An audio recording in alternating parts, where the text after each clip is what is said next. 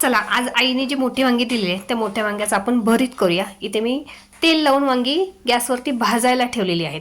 आईने वांगी ही मला कधी दिली हे जर पाहायचं असेल तर आपल्या चॅनलवरती फुल व्हिडिओ टाकलेला आहे, तो पाहायला विसरू नका। त्याच्यात आईने काय काय दिलेले ते सुद्धा तुम्हाला बघायला मिळेल।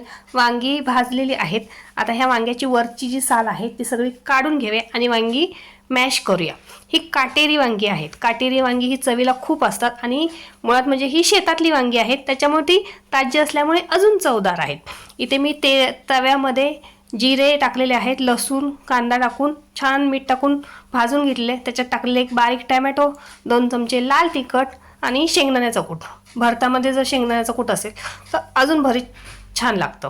इथे मॅश केलेलं वांगं टाकून छान आपण ते परतून घेऊया। 2 मिनिटं झाकण ठेवून शिजवून घेऊया।